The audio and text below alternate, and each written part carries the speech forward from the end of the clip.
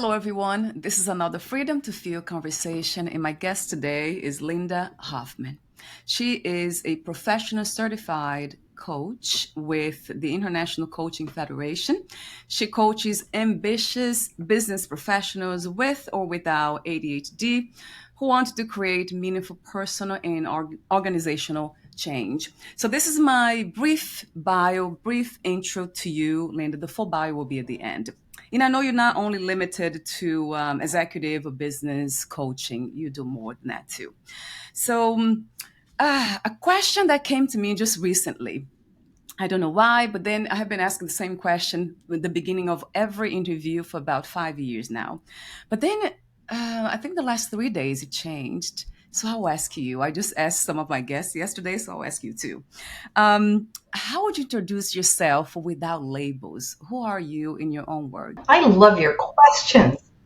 How do I introduce myself without labels? Language is full of labels. It's how we assign meaning. So that is such a good question. I think the way I would introduce myself without a label is in my way of being. That if I talk about being a coach, the coach is the label, but the way I talk about that is who I am, the way I show up, the way I listen, the way I care. So there's something about that, right? And I wonder if we can navigate this reality without belief systems. I don't know if I talked to you about this before, but I usually, long ago, I remember asking that question. Is that possible to drop all the labels and kind of be curious and move into this life with what is presented to us? I believe that it is possible. My understanding of the way the brain works is that our belief systems are ways that we make sense of the world. And so language and labels can be freeing as much as they can be limiting. It's how we use them.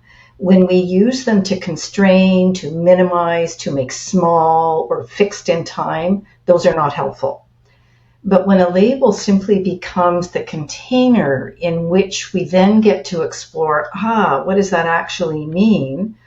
In this way, we can bounce off our understanding against the walls of that label.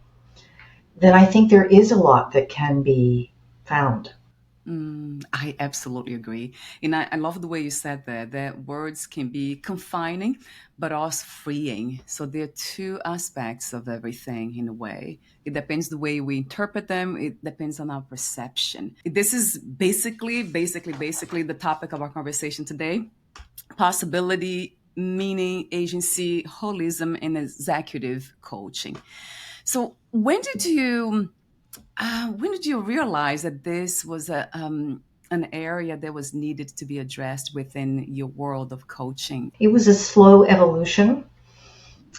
I didn't realize until I'd been coaching for a while and coaching other adults with ADHD that there were exceptionally bright and very accomplished people out there who were struggling very much. And they were being dismissed. More and more they were coming to me and telling me these stories about how their doctors would tell them, you don't need to worry about it, you're fine. Meanwhile, their marriages were falling apart. They were having panic attacks. They had no money, even though they were earning six figures in a year. They felt erased, invisible. And even outwardly, if you were to use a label, to use your word, to say these were successful people, they were suffering. So it just struck me that here's a group that's not being heard, and they're in leadership positions. These are people who have the capacity to make other people do very well and be very well. So I thought it was useful. Yeah, it's very useful. From my perspective, it's actually the essence, the ground of everything. And that has been my understanding for, as long as I can remember, that everything is connected, that the essence of everything is one, and everything affects everything else. So our thoughts, everything within the body and out there as well, the perceived out there. So it surprises me and it fascinates me at the same time that we live in separation. We live from fragmented kind of understanding of ourselves and the world. And of course, it happens, and I can still feel like within myself, like some parts are still kind of it's almost taking baby steps towards holism and wholeness. It's something that it feels to me it's a process of unlearning. Is that yeah? Before I get into the article that you wrote and send it to me, is that something that you clearly see too, Linda? I would say yes, because when we're under stress, we tend to go to the binary, which is it's this or it's that. We're in here or we're there. We're successful or we're not. And that closes down all opportunities for us to be learning. And when we're in fear, to sum that up, it gets even worse. I was actually having a few thoughts about that while you were speaking, that there's a bit of a backlash against transgender, non-binary people for that reason, I think. When people are in fear, they don't understand a spectrum. The spectrum can feel very threatening because it doesn't have walls. There's no beginning, middle, and end. How do we understand that?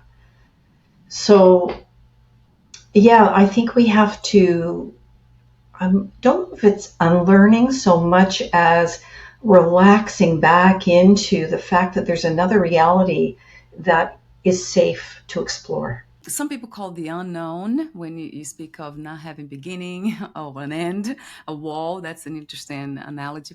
So, but it's not really the unknown, right? I think I use the word unlearning because that's what it feels like.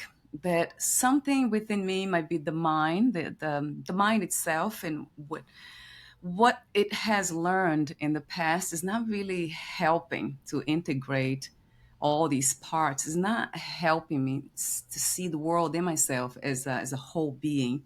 So maybe that's why I use that word. I'm just trying to kind of see if that's the best word to use, unlearning. Can I offer something on that? It might, when you're talking, I come to my own experience of trying to integrate parts and trying to understand myself in the context I'm in, that sometimes I meet with resistance. The resistance to being in that new way, trusting that new way.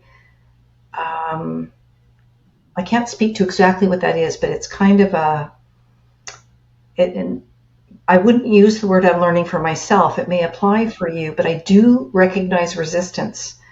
I see that in my clients a lot as well, whereas things that are not holistic feel more trustworthy, concrete,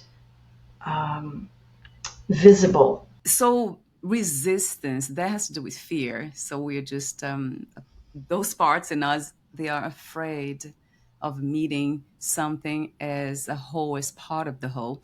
And then what comes to mind immediately as an example is when I see injustice, towards animals and children. Then it's this resistance, it just shows up so clearly.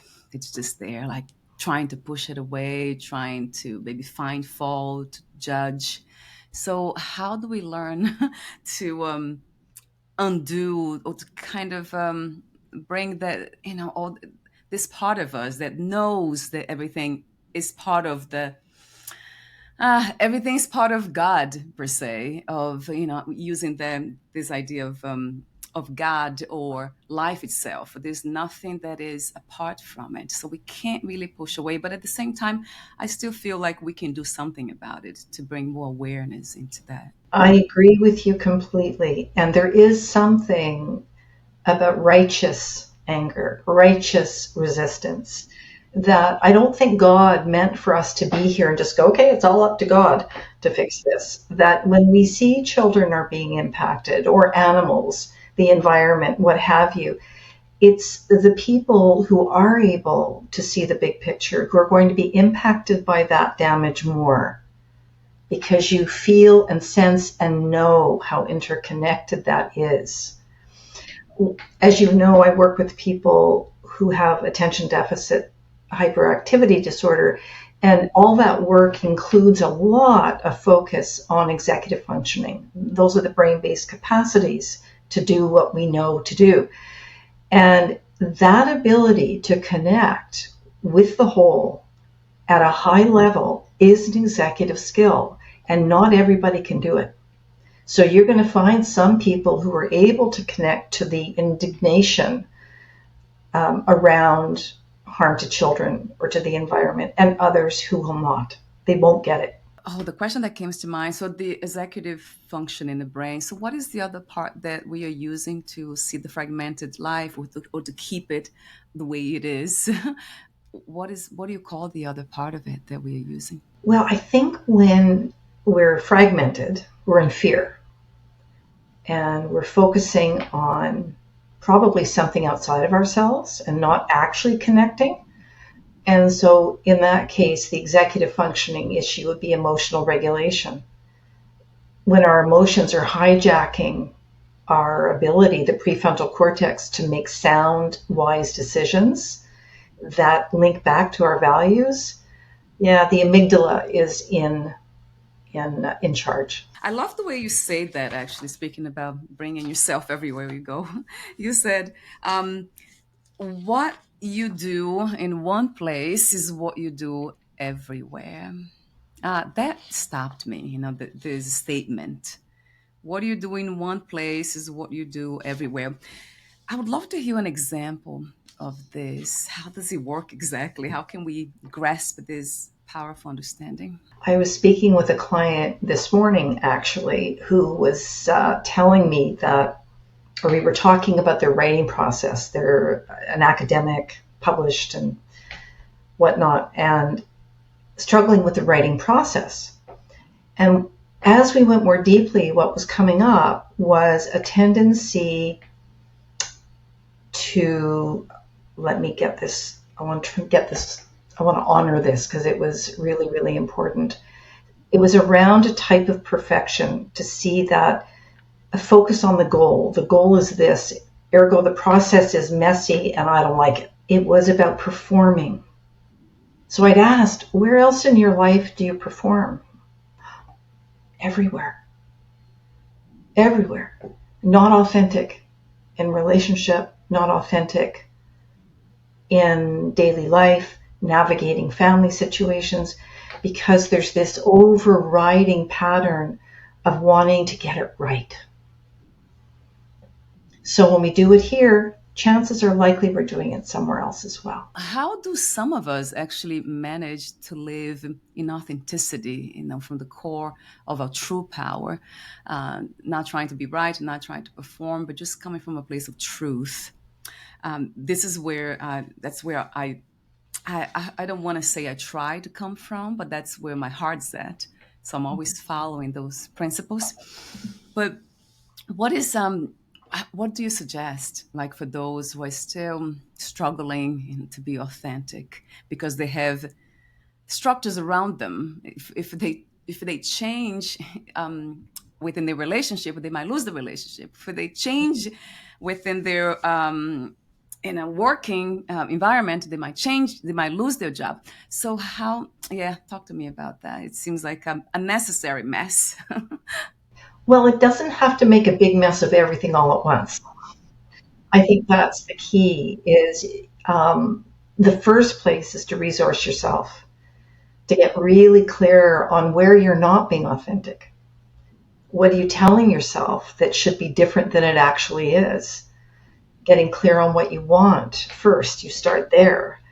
And then there's no point in overwhelming yourself or risking your job or your marriage right away. But what you can do is slowly over time integrate some yeses and nos in the right place that are authentic. And then let's see what happens. I love that, because it's a very gentle approach to change, transformation, yeah, to rebirth in a way. It is. If we go too quickly, nobody's going to do it.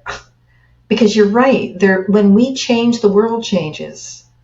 And sometimes we're not ready for how the rest of the world is going to change in response to us. You speak of this atomistic thinking. Is that how you pronounce it? Atomistic. Atomist, yeah, thinking. Explain to me what that means and why it doesn't work. I guess that's a good way of getting into that too, that topic. Atomistic thinking is what you think it might be, atoms being the smallest particles. When we reduce our thinking into ever smaller and smaller and smaller pieces, sometimes that's useful. Like in a scientific method, great. But when we're talking about understanding ourselves, we cannot be reduced into smaller and smaller pieces. I do believe, this is my personal feeling, that we are greater than the sum of our parts. And when we do try to divide ourselves up into these pieces and understand ourselves as, well, I'm this, I'm that, or I have this part of my life and that part, we lose the whole. We lose the central message, and we get hooked into a way of thinking because that takes us further down that rabbit hole looking for some kind of certainty or truth, and we're looking in the wrong direction. We're just going to get more anxiety because human beings get more anxious the more atomistic we become because we're missing the glue. It's only the glue or the bigger picture that gives us the meaning or the context in which we can understand things. When we are trying to make, let's say, decisions that are good for the whole. For example, everything I do, it comes from a place that's good for here, for me, body, mind, and then my community, and then the world at large, and then somehow it's good for the earth too. So everything is connected, and it's being affected positively by the work I do. So, and then, but then if I wanted to make well, lately I have been thinking about moving from this state to another state.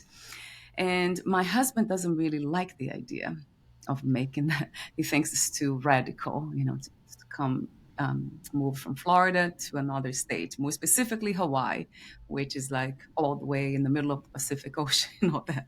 So he thinks it's too radical, but he's with me still. So I'm wondering how, because I can see the bigger picture of what I'm trying to do, or the body mind he's trying to do. So is that something that we actually try to convince others and paint that picture so they can see the wholeness of it too? Or we are actually being guided to let go of those that cannot kind of see the vision and support us on that journey? I don't know what your rationale for moving is. Only you know that. But I think, I'm guessing, that there's a set of values that are fueling this choice for you. And your husband might be looking at it not as values, but as logistics. So that the conversation then isn't about the big picture, it's about meeting in the middle, where you're seeing it this way, I'm seeing it that way. How do we bring those two things together? Where do we align? Like, changes the conversation from this or that, but let's put the two of those together. Because the bigger picture, if you're going to go to the bigger picture, the holistic picture, is you two as a couple. If you don't mind me talking about you both, Valeria, but that's the bigger picture here. There's not just you and him, but what the two of you create together. I think that's what I need, right? It might be, what do you call it? Wisdom? I mean, you come from a beautiful place of wisdom. It seems like it's finding the harmony, the balance between two things. Would you call it that, Lynda? Balance, harmony? I guess. I'm thinking about that for a minute because I'm in a new relationship, and my new and old. We knew each other 50 years ago. Yes, I'm that old. And we're having to make very big choices. He has made this huge decision to leave where he lives right now in an absolutely beautiful place, like some of the most beautiful land on the planet, to go live here with me because he wants to be with me, which I find beautiful, but I'm aware of what he's letting go of. And so I'm thinking, as you're talking about balance and wisdom and all of that, I think that for me, when I'm looking at a situation that could be rife with all kinds of reactivity and argument about, not by me, but other people in our orbit, about, well, you shouldn't do this or you shouldn't do that, that I hang on to the values. I hang on to what is it I want to create in the rest of my life. And that means how I show up and how I communicate with the people that really matter to me. That I know the choices I make are going to impact everybody around me. They may not agree, but I'm aware of that. And I'm not expecting them to be where I am. So I don't know if it's wisdom or harmony, but one of the essential things I believe in is that we're each responsible for ourselves. That it's really a very fundamental way of being for me. Yeah, and that is a basic thing, I think, when it comes to almost every ancient spiritual tradition. It's all about how to live in harmony, the respect for one another, this basic understanding that everything is interconnected, is connected, or is one, and then coming from that place is really important. That we create the sense of harmony with everything and everyone. So that's very basic, and I wonder why we still struggle so much. Returning to it. It's very not just basic but natural.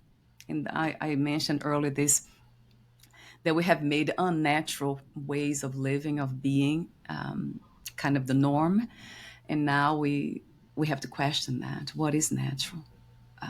I mean, you come across to me as with your understanding of life since the very first time we talked, very natural and very wise too. So I think they're all connected, right? And the wisdom and those spirituality, harmony. It's really all connected. It is, and I don't think our culture supports that. And I do believe that's one of the reasons it's more difficult for us to go back to it. What are the structures? Where are the places? Our natural spaces are not there in the way that they used to be. And we don't, um, spiritual communities are not the same. They are there. And I know people are attending, and there's a great need for that. But I still think that our culture doesn't quite know what to do with it. That's true. Yes. And hopefully that would change. I don't like the idea of hope, of hoping for something, but Can I share something with you on that I heard this morning that I thought is quite relevant to what you just said? In Canada, there was a writer recently who wrote about an Indigenous experience from an Indigenous point of view, but it was also written by another writer who was Western, white. And the Western white one has a very objective, hands off, scientific description of what they saw. The Indigenous person who was interviewing the person they were studying befriended them, got to know them, got inside through a relationship, which Western culture says, no, you have to stay separate in order to be objective and learn something. Whereas the Indigenous view is that you have to be in there with them to experience it, get your feet wet. And I just thought, oh, I had tingles listening to that. I thought that's where you experience the connectedness. There's no separateness. why we wouldn't get along? Why couldn't people be kind? Like my parents, they were fighting, or my sister. I was always questioning that, and I don't think people around me were. So I don't know. It feels like it is a return to somewhere where maybe we were there once, Linda. Maybe at some point we embraced this concept of holism, of wholeness, in a very concrete and experiential way. Like you said, just being in relationship, being in harmony with everything, our minds and bodies, and then the people around us, the land, the animals, the food that we ate, everything. But then we kind of disconnected from all of it.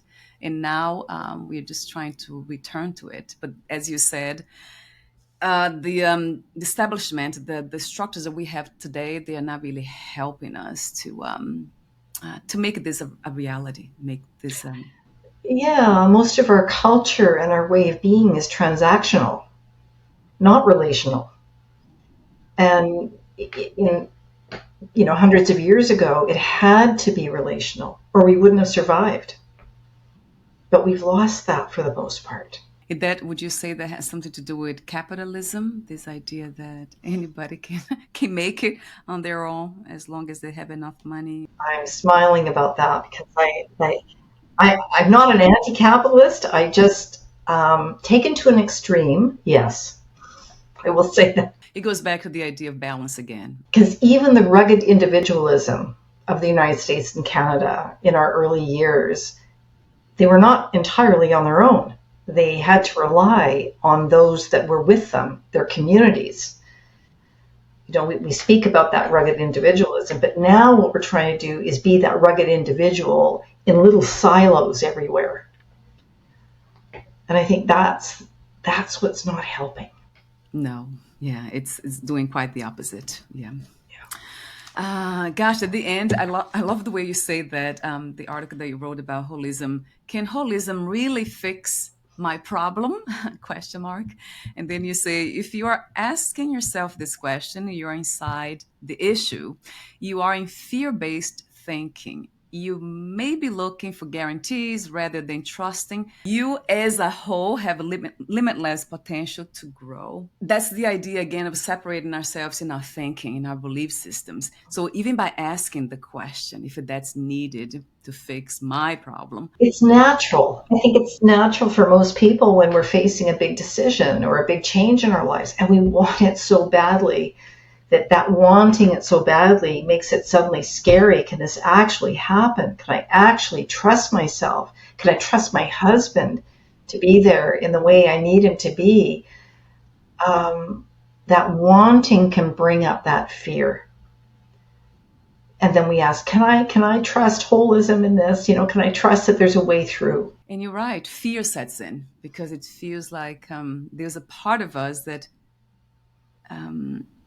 feels entitled to push away certain things that it's not in alignment with. So how would we do that in a way, Lynda? How can we kind of, for example, not push away, but how can we create a distance, a necessary distance between the things that we are in alignment with and the things that we are not? I guess I'd ask, what do you mean by distance between them? A very good example is when I see people, some people that are violent. It's like I would not want to be around them. There's something about violence with words or physical violence that really kind of something tells me to stay away from them physically and not engage with the content of their minds as well. Mm-hmm. So even on TV, I don't watch TV, mainstream TV and all those things.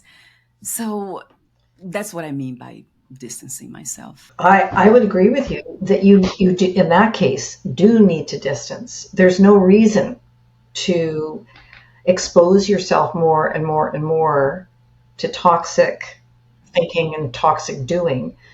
We do need to protect ourselves. We need to know enough that we can act when we need to act, but not so much that we're taking it in and it becomes a major stress inside of us. There's no need to live that. When they are with, especially if they are close to me, like family members. So to me, that would be pushing them away and not accepting them the way they are, as they are. But at the same time, I know I have to create boundaries and stay away from them if I have to. So that's kind of has been a very challenging dance. I think there's a way of accepting people for who they are and limiting your exposure to them. You can have both at the same time. It doesn't mean you're pushing them away. You're just making a choice about what's healthy for you. It's not about them. This is how they are. You know that's the way it is. And then you get to choose. It can feel to the other person like you've done it in againstness against them, but that's not the case. You're doing it for you. For some reason, I've been using silence as my so what's my way of keeping the distance. When I hear anything that it's just not in alignment with my heart, and then I just stay quiet. quiet. I don't say anything. I don't respond, react, nothing. Just it is a form of response, obviously. Do you recommend that in a way? Silence, that's not really passive aggression, because I think that would be, and what is the difference really? I know where I come from, so it's not really passive aggression. But how do we know the difference? Your intention. If the intention is really just to pause and let everything settle, it's fine. If the intention, though, is you're angry and you want to hurt them by withdrawing, that's very different. So my intention is so that they can hear themselves.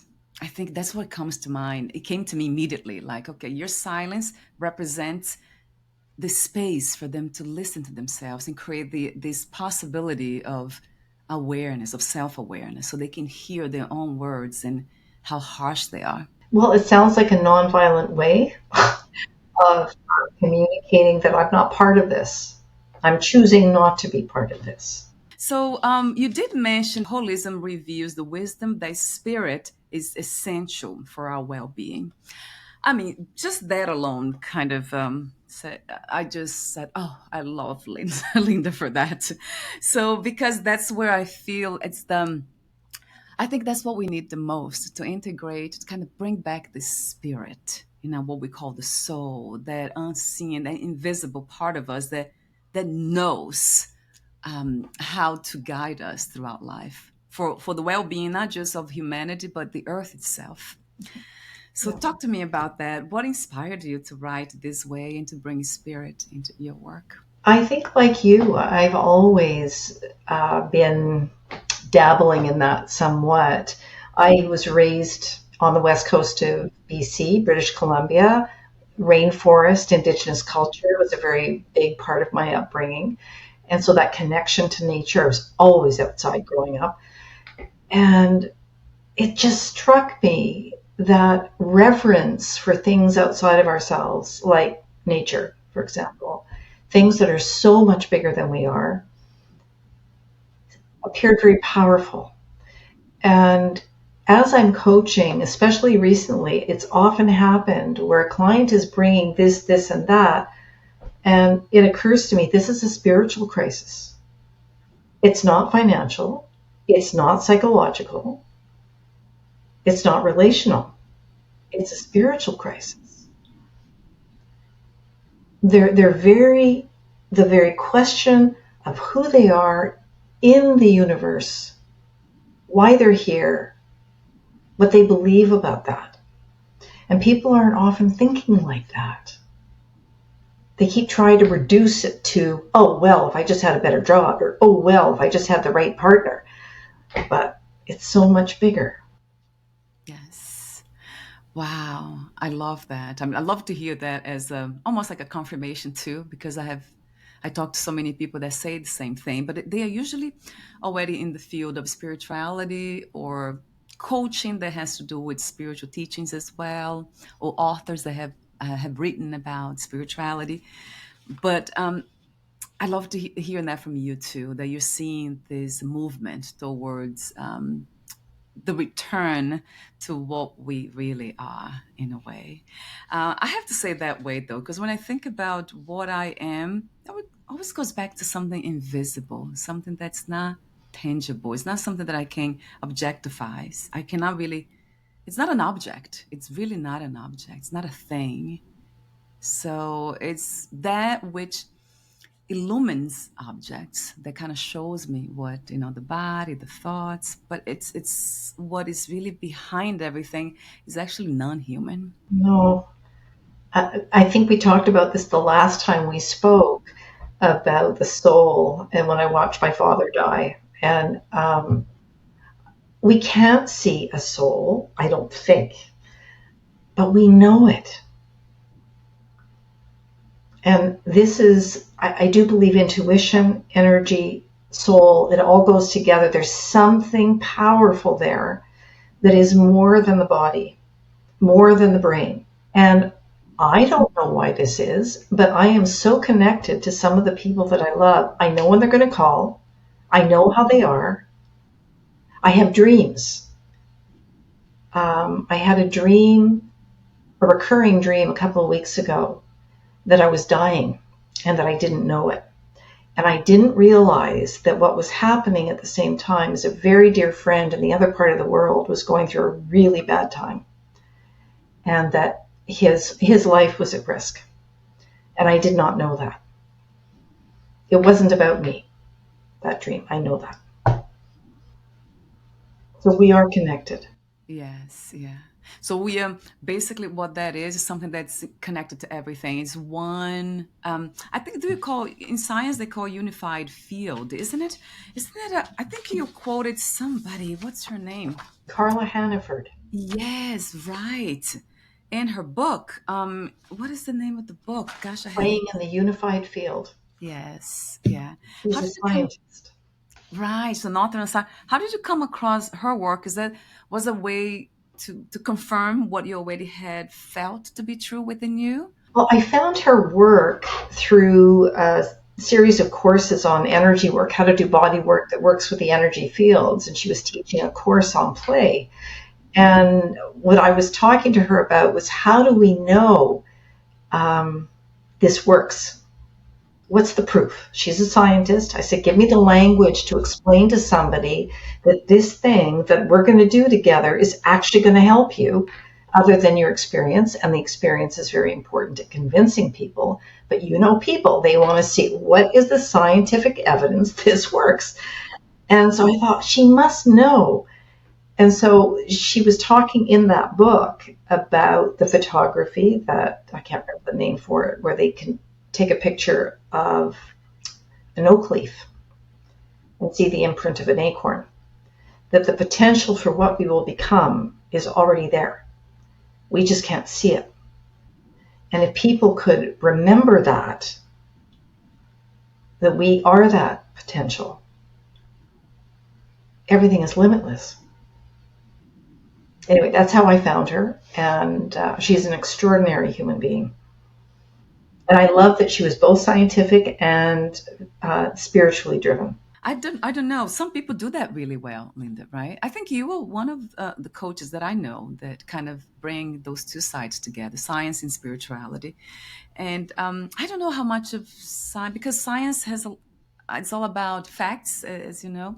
So how can we, maybe we can just explain the effects of it, but you can't really show like what's energy. We can't, I mean, some people claim to see energy, and I think they do. Like psychics and mediums, they do see energy and the aura, the colors, and they can see future, past, and all that. And that has been also, we have evidence for that. But how do we explain to people who are very scientifically driven about, that you are infinite? I don't think they can conceive of it. It's just mind boggling.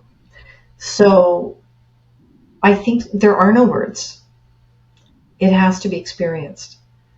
And that's where energy work can be very powerful. Using the body as a way to experience life differently.